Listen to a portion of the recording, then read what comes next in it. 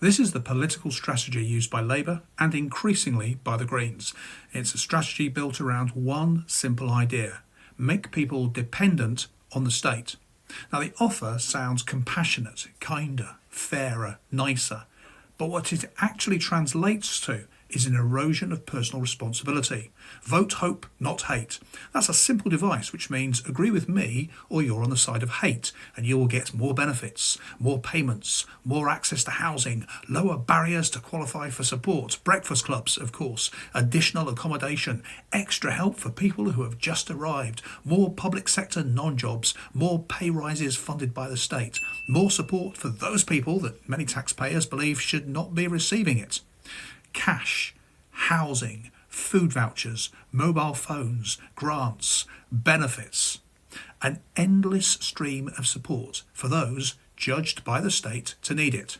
But all of it needs to be paid for, and that's where the problems begin.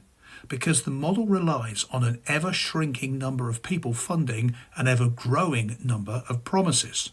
If you work in this country through PAYE, if you run a small business, if you're self-employed, if you've saved money rather than spending it, if you've sacrificed today so you could build something tomorrow, you are the problem. You are less dependent, so the government will punish you.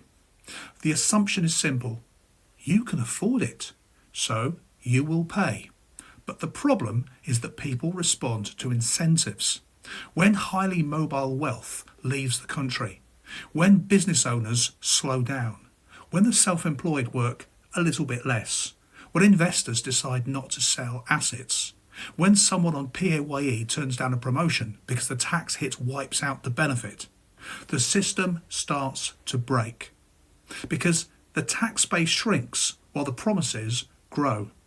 And the more the state expands its support system, the more people become dependent on it. And once someone becomes dependent on the state, that is a very powerful position politically.